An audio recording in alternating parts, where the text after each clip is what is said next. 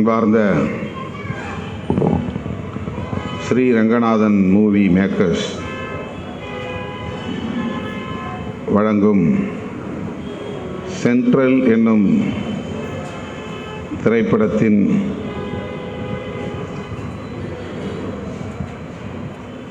முதல்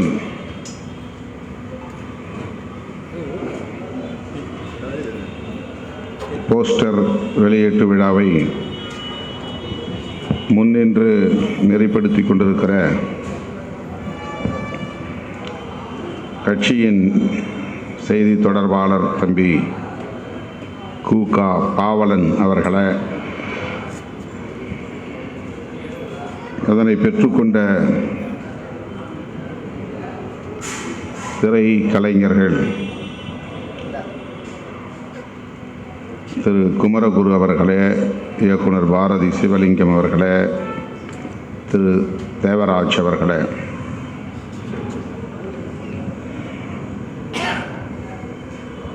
இந்த திரைப்படத்தில் கதாநாயகனாக நடித்திருக்கும் காக்கா முட்டை புகழ் திரு விக்னேஷ் அவர்களே, கதை நாயகி செல்வி சோனி அவர்களே,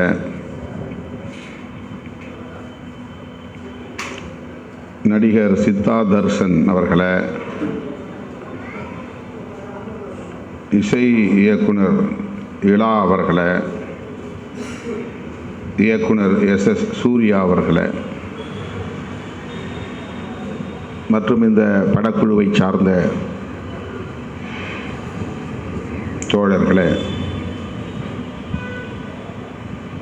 உங்கள் அனைவருக்கும் என்னுடைய பணிவார்ந்த வணக்கத்தை தெரிவித்துக் கொள்கிறேன்.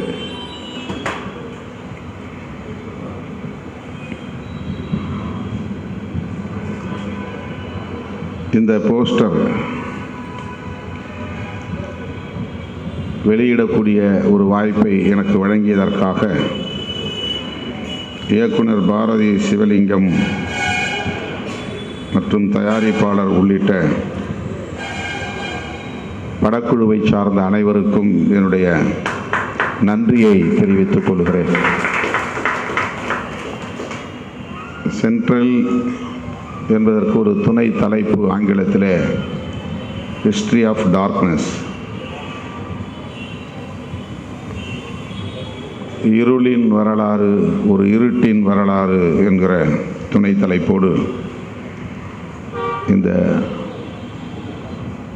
திரைப்படம் உருவாக்கப்பட்டிருக்கிறது.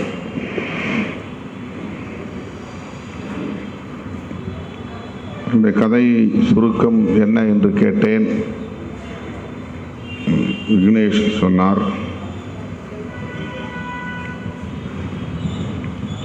பிழைப்பு தேடி சென்னைக்கு வந்து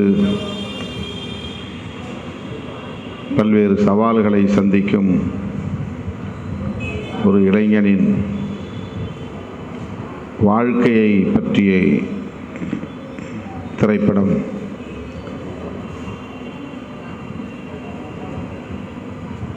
அப்படி என்றால் ஏன் சென்ட்ரல் என பெயர் வைத்திருக்கிறீர்கள் என்று கேட்டேன். சென்னையை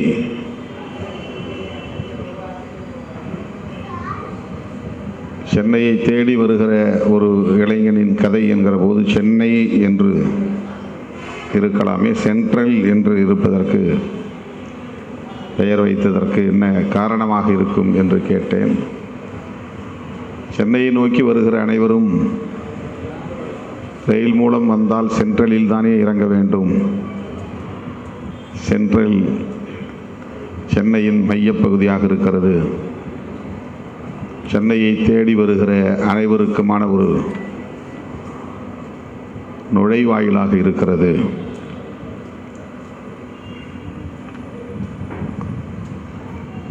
ஆகவே இந்த பெயர் அதற்காக சூட்டப்பட்டிருக்கிறது என்று விக்னேஷ் சொன்னார். இன்னும் நாம் யாரும் படத்தை பார்க்கவில்லை, கதையை முழுமையாக கேட்டு தெரிந்து கொள்ளவில்லை. சென்னையை தேடி வருகிறவர்கள் பிழைப்பு தேடி வருகிறவர்கள்,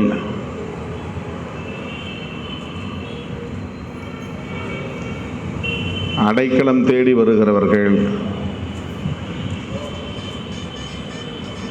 எத்தகைய சவால்களை சந்திக்கிறார்கள் என்பதை நாம் ஒவ்வொருவரும் சாட்சிகளாகத்தான் இருக்கிறோம். சென்னைக்கு முதலாக வருகிற போது பல்வேறு கனவுகளோடு தான் வந்து இறங்குகிறோம். ஒரு விக்னேஷ் சொன்னதைப் போல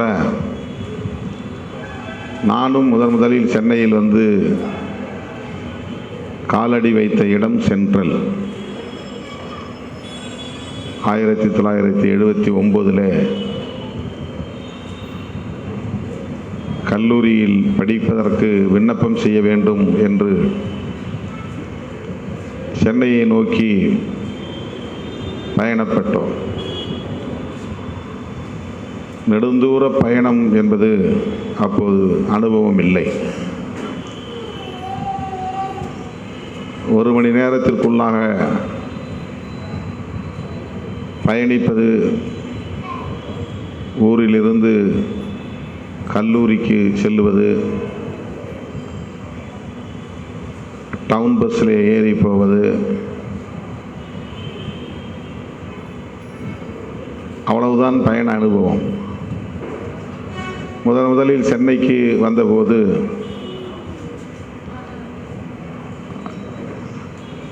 உளுந்தூர்பேட்டையிலே வண்டி பிடித்து, பேருந்தல்ல, ஒரு வேன், அவன் சவாரியை இறக்கிவிட்டு சென்னைக்கு திரும்புகிறவன். வழியிலே கிடைக்கிற சவாரியெல்லாம் ஏற்றிக்கொண்டு ஆங்காங்கே இறக்கிவிட்டு வந்து சேரக்கூடிய ஒரு வண்டி. அவன் எங்கிருந்து அந்த பயணத்தை தொடங்கினான் என்று தெரியாது. நாங்கள் உளுந்தூர்பேட்டையிலே ஏறினோம். 1 மணி நேரம் ஆனது, இன்னும் சென்னை வரவில்லையா என்று நான் கேட்டேன். 1.5 மணி நேரம் ஆனது, இன்னும் சென்னை வரவில்லையா என்று கேட்டேன். நிறைய வெளிச்சமாக இருக்கிற இடம் வந்ததும் சென்னை வந்து விட்டது என்று நினைப்பேன். வண்டியில் உட்கார இடமில்லாமல் நெருக்கி அடித்து கொண்டு உட்கார்ந்திருந்தோம். பின்புறத்து கதவு திறந்து கொண்டால் எல்லோரும் மூட்டை உருளுவது போல் உருள வேண்டும். 5-6 பேர் உட்கார வேண்டிய இடத்தில் 10 பேர் உட்கார்ந்திருக்கிற ஒரு சவாரி. ஒருவர் மடிமேல் ஒருவர் உட்கார்ந்து பயணித்தோம். அந்த வலி நலி, எப்படா சென்னை வரும், இறங்கி தொலைத்தால் போதும் என்று ஒரு வலி இன்னும் அது எனக்கு அப்படியே பசுமையாக இருக்கிறது. என் கூட வந்தவர் வந்து, அது இன்னும் ரொம்ப தூரம் இருக்குப்பா சென்னை, நாம் போகிறதுக்குள்ளே விடிஞ்சு தான் போய் சேருவோம். கிட்டத்தட்ட 5 மணி நேரத்திற்கு மேலாக பயணம் செய்து அவர் சொன்னதைப் போல அதிகாலை விடிகாலை பொழுதில் சென்னை சென்ட்ரல் அருகே வந்து அவன் இறக்கிவிட்டு போனான். இறங்கியதும் இது என்ன இடம், இதுதான் மெட்ராஸா என்று கேட்டபோது இதுதான் சென்ட்ரல் என்று சொன்னார். என் கூட என்னை அழைத்து வந்தவர். நான் வந்து முதலில் சென்னையிலே அடி எடுத்து வைத்தபோது எல்லாவற்றையும் அப்படியே கண்ணை உருட்டி பார்த்தேன். அகலமான தார் சாலை, பெரிய ரயில்வே நிலையம், சென்ட்ரல் ஸ்டேஷன் என்று, ரயில்வே ஸ்டேஷன் என்று எழுதியிருந்த அந்த ஆங்கிலத்தில் எழுதியிருந்த வாசகம் பார்த்தேன். எக்கச்சக்கமான வண்டிகள், அந்த காலை வேளையிலும் கூட வண்டிகள் வேகமாக ஓடிக்கொண்டே இருந்தன. நானும் அவரும் அந்த இடத்திலே இறங்கியதும் அங்கிருந்து பேருந்து பிடித்து இன்னொரு இடத்திற்கு போக வேண்டும். அவருக்கு தெரிந்த இடம், அங்கே போய் தான் தயாராக வேண்டும்.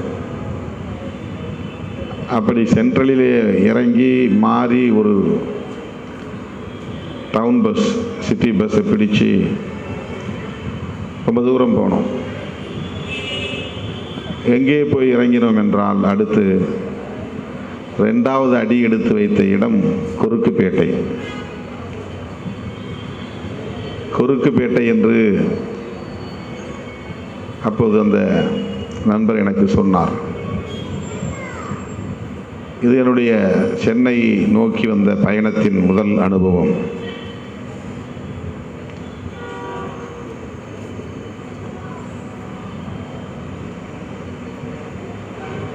சென்ட்ரல் ஸ்டேஷன் என்பது சென்னையின் மிக முக்கியமான ஒரு அடையாளம்.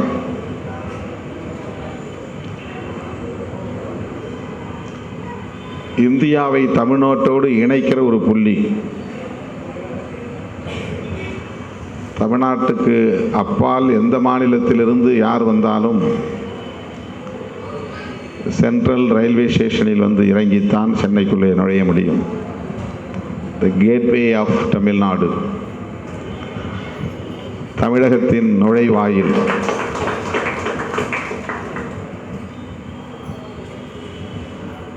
பிறகு அந்த பகுதியிலே தான் நான் தங்கி கல்லூரி விடுதி கிடைக்கிற வரையில் எங்கள் ஊர் தொழிலாளர்களோடு தங்குகிற விடுதியில் தங்கி ஓரிரு மாதங்கள் அவதிப்பட நேர்ந்தது. பிறகு விடுதி கிடைத்தது. இது ஒரு அறிமுகத்திற்காக சொல்லுகிறேன்.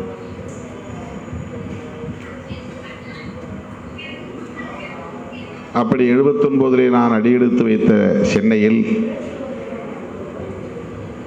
என்னுடைய பட்ட வகுப்பை முடித்து பிறகு முதுகலை MA பயின்று பிறகு சட்டத்தையும் சென்னை சட்டக்கல்லூரியிலே பயின்று அரசு ஊழியராக சென்னையை விட்டு வெளியேறி 10 ஆண்டு காலம் கழித்து மீண்டும் சென்னைக்குள்ளே ஒரு கட்சி தலைவராக நுழைந்து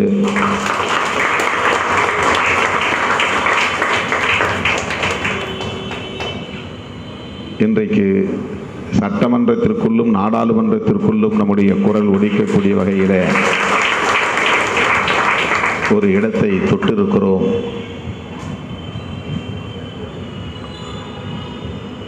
ஆக நாம் ஒவ்வொருவருமே சென்னையை நோக்கி பயணித்து சென்னையில் வந்து இறங்கி சென்னையை நமது அடுத்த தாய்மடியாக ஏற்றுக்கொண்டு எண்ணற்ற பல சவால்களை சந்தித்து வெளிச்சத்தை பார்த்திருக்கிறோம். இன்றைக்கு வெளிச்சம் என்கிற பெயரிலேயே ஒரு தொலைக்காட்சியையும் நாம் உருவாக்கி இருக்கிறோம்.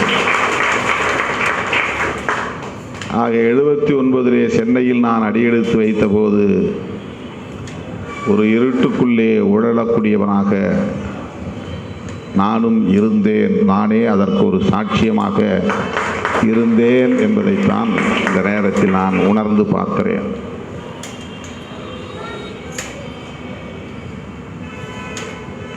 மாநில கல்லூரியில் எனக்கு இடம் கிடைத்தது. கல்லூரியில் இடம் கிடைத்ததும் நமக்கு தங்குவதற்கு விடுதி கிடைக்காது.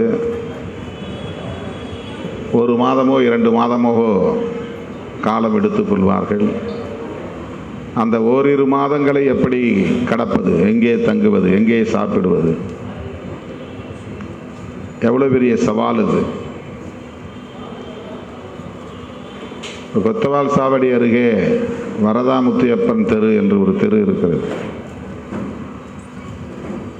அந்த தெருவிலே தொழிலாளர்கள் தங்குகிற ஒரு நெருக்கடியான இடம். அந்த தொழிலாளர்களுக்கென்று சமைத்து உணவை வியாபாரம் செய்யக்கூடிய மெஸ் என்று சொல்வார்கள். அது ஒவ்வொரு இடத்திலும் இருக்கும். ஒரே இடமாக இருக்காது, வெவ்வேறு இடத்தில் இருக்கும். அங்கே வெறுமனே துண்டு விரிச்சை போட்டு படுத்துக்கொள்ள வேண்டும், அவ்வளோதான்.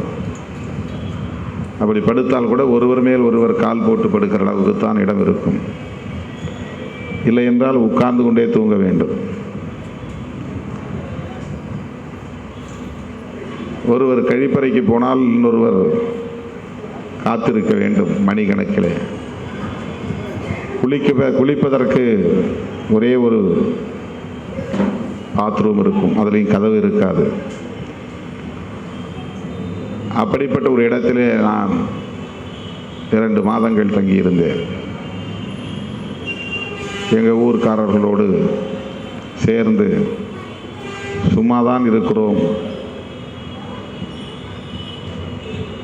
நமக்கும் செலவுக்கு தொகை தேவைப்படுகிறது, வீட்டிலே போய் இதற்காக கேட்க முடியாது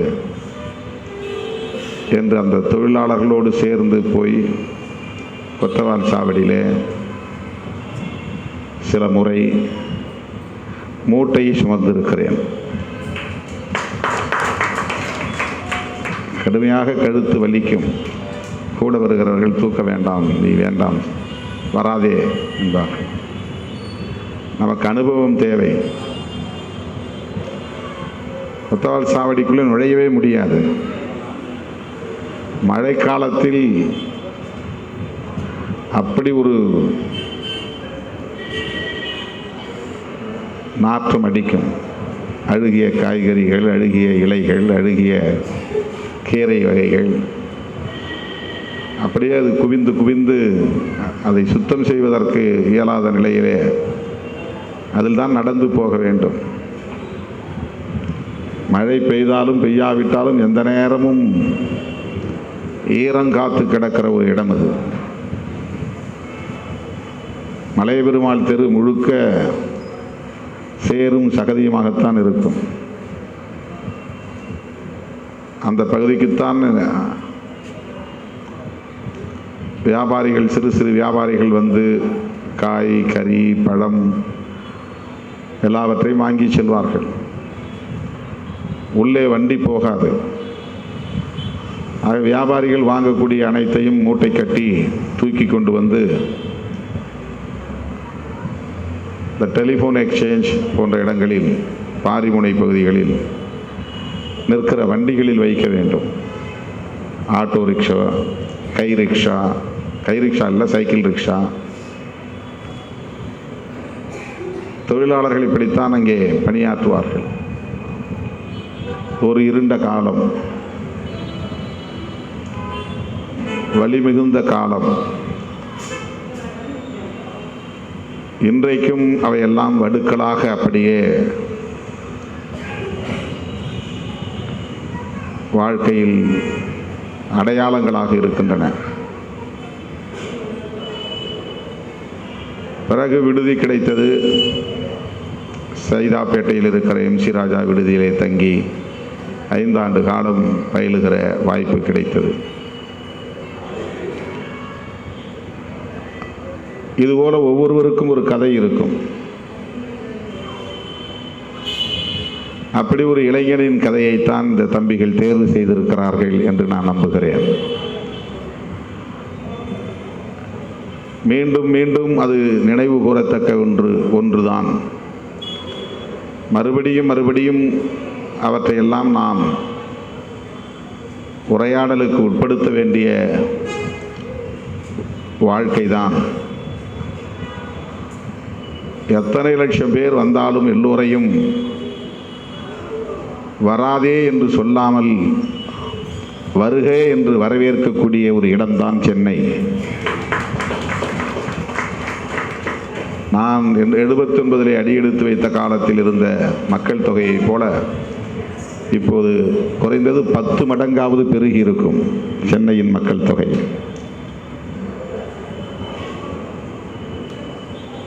எத்தனை லட்சம் பேர் வந்து கொண்டே இருந்தாலும் அவ்வளவு பேரையும் உள்வாங்கிக் கொள்ளுகிற, அவ்வளவு பேருக்கும் வாழ்க்கை தருகிற, அவ்வளவு பேருடைய வாழ்க்கைக்கும் ஒரு அடைக்கலமாக இருக்கிற, புகலிடமாக இருக்கிற ஒரு பெருநகரம்தான் சென்னை. தமிழ் பேசக்கூடியவர்களுக்கும் சென்னை தான் புகலிடம், தெலுங்கு பேசக்கூடியவர்களுக்கும் சென்னை தான் புகலிடம், இந்தி, குஜராத்தி என்று வடமொழி பேசக்கூடியவர்களுக்கும் சென்னை தான் புகலிடம். மொழி, இனம் என்கிற பாகுபாடு இல்லாமல் அனைவரையும் தமது பிள்ளைகளாய் ஏற்றுக்கொள்கிற ஒரு தாய்மடி சென்னை. அவ்வளவு பேரும் உள்ளே நுழைவதற்கு ஒரு நுழைவாயிலாக இருப்பது தான் சென்ட்ரல். இந்த சென்ட்ரல் என்கிற பெயரிலே தம்பிகள் உருவாக்கியிருக்கிற இந்த திரைப்படம் மானுட வாழ்வியலை பேசுகிறது. உழைக்கிற மக்களின் இருண்ட பக்கத்தை பேசுகிறது என்று தலைப்பில் இருந்து நம்மால் புரிந்து கொள்ள முடிகிறது. திரை உலகில் இளம் தலைமுறையினர் இப்போது முற்போக்கு சிந்தனை உள்ளவர்களாக, பாட்டாளி வர்க்கத்தின் நலன்களில் அக்கறை உள்ளவர்களாக ஏராளமானவர்கள் இருக்கிறார்கள் என்பது நம்பிக்கை அளிக்கிறது, மகிழ்ச்சி அளிக்கிறது. கடந்த காலங்களிலும் உண்டு. ஆனாலும் கூட இப்போது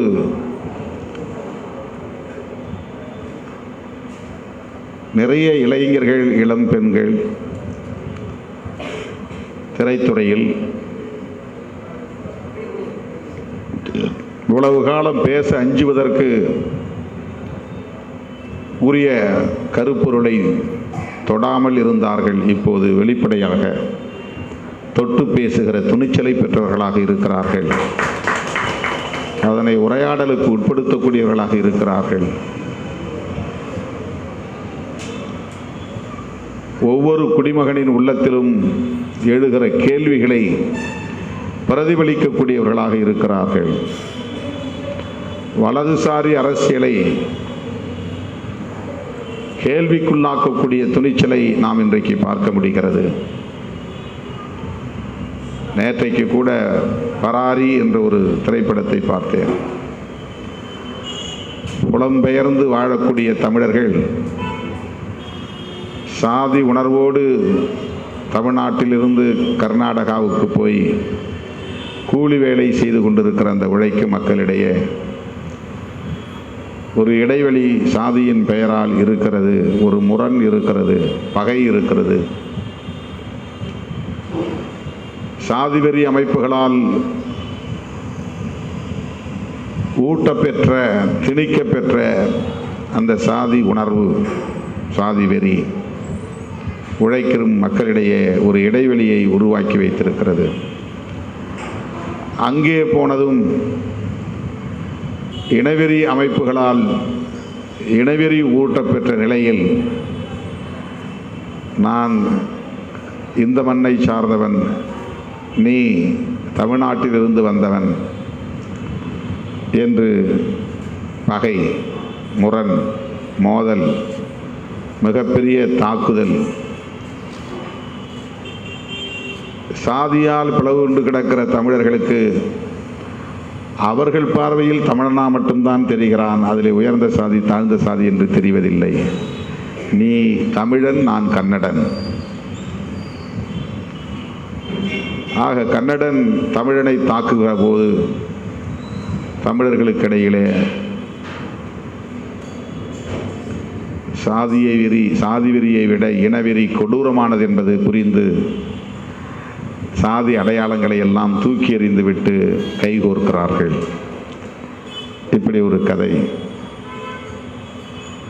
அடிப்படையிலே சாதி வெறி கூடாது என்பது எவ்வளவு முக்கியமோ அதை போல இனவெறி கூடாது என்பதும் முக்கியமானது.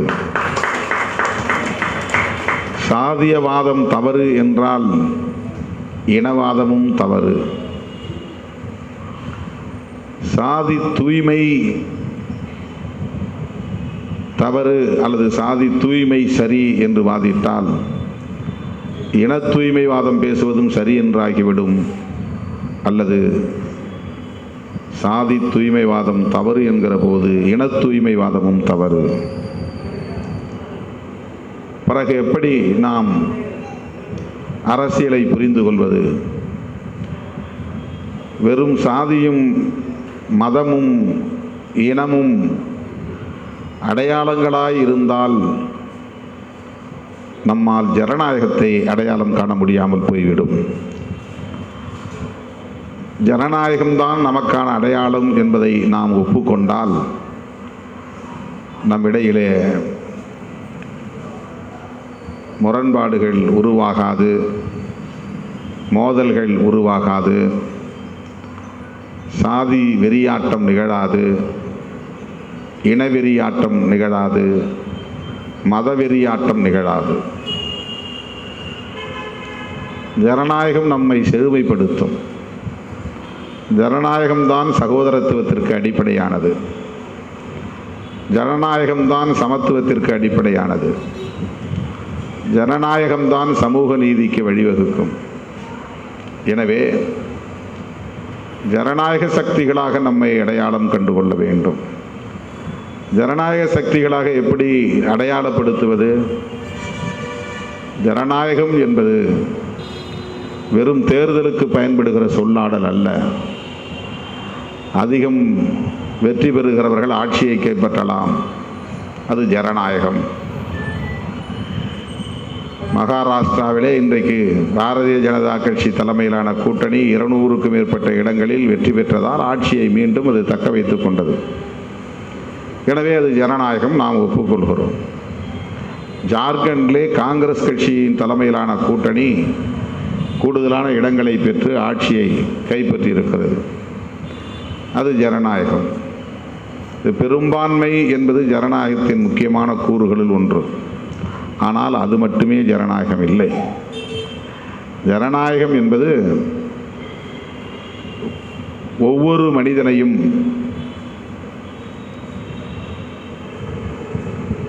சாதி வரம்புகளை கடந்து, மத வரம்புகளை கடந்து, பாலின வரம்புகளை கடந்து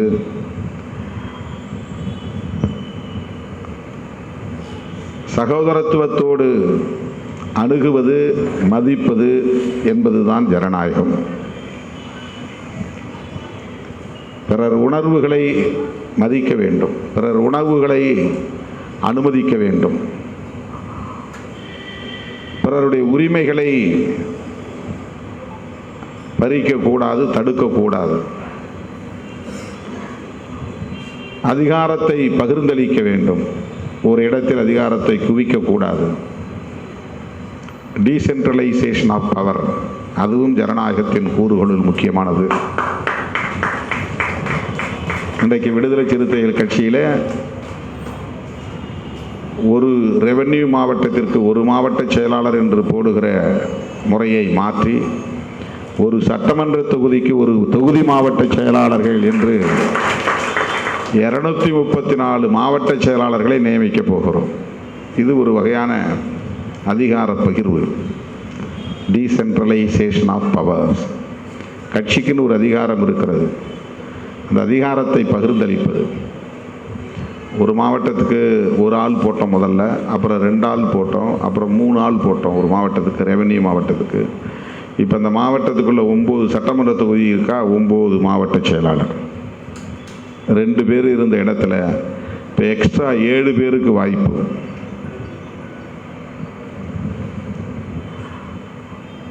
மொத்தம் 38 மாவட்டங்கள் என்றால் 76 பேர் 2 பிரிச்சா அதிகபட்சம் 100 பேர். 80க்கு மேலே எந்த கட்சியிலும் மாவட்ட செயலாளர் கிடையாது. இன்றைக்கு கூடுதலாக 150 பேருக்கு அந்த வாய்ப்பை கொடுக்கிறோம்.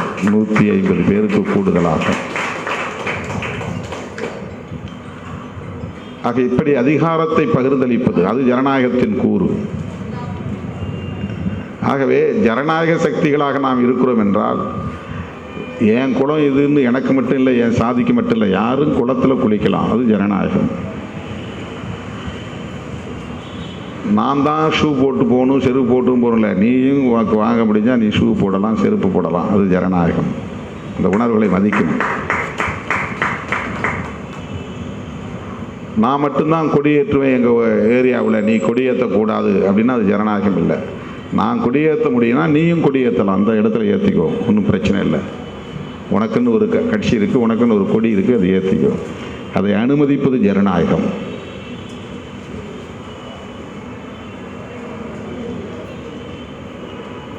எனவே ஜனநாயகம்தான் நமக்கான அடையாளமாக இருக்க வேண்டுமே தவிர சாதியோ மதமோ மொழியோ இனமோ கூடாது.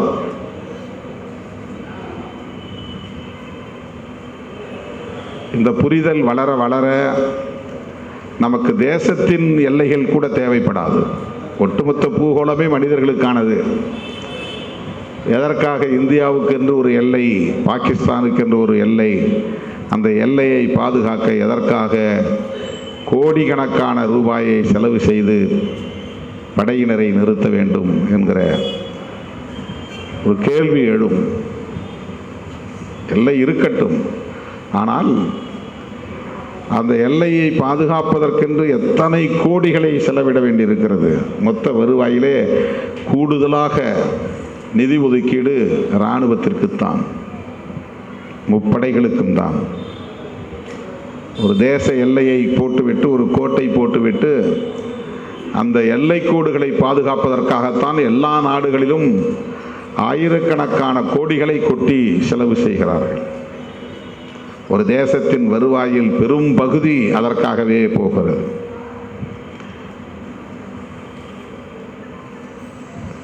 ஜனநாயகம் வளருகிற போது, மலருகிற போது, வலுப்பெறுகிற போது இவையெல்லாம் நாளுக்கு நாள் குறையும். ஜனநாயகத்தை நாம் இன்னும் யாரும் ஒரு பொருட்டாக எடுத்துக்கொள்ளவில்லை என்பதுதான் எல்லா வகையான பிரச்சனைகளுக்கும் மூல காரணமாக இருக்கிறது. வர்க்க பிரச்சனையாக இருந்தாலும் சரி, சாதி பிரச்சனையாக இருந்தாலும் சரி, ஆண் பெண் என்கிற பாகுபாடாக இருந்தாலும் சரி,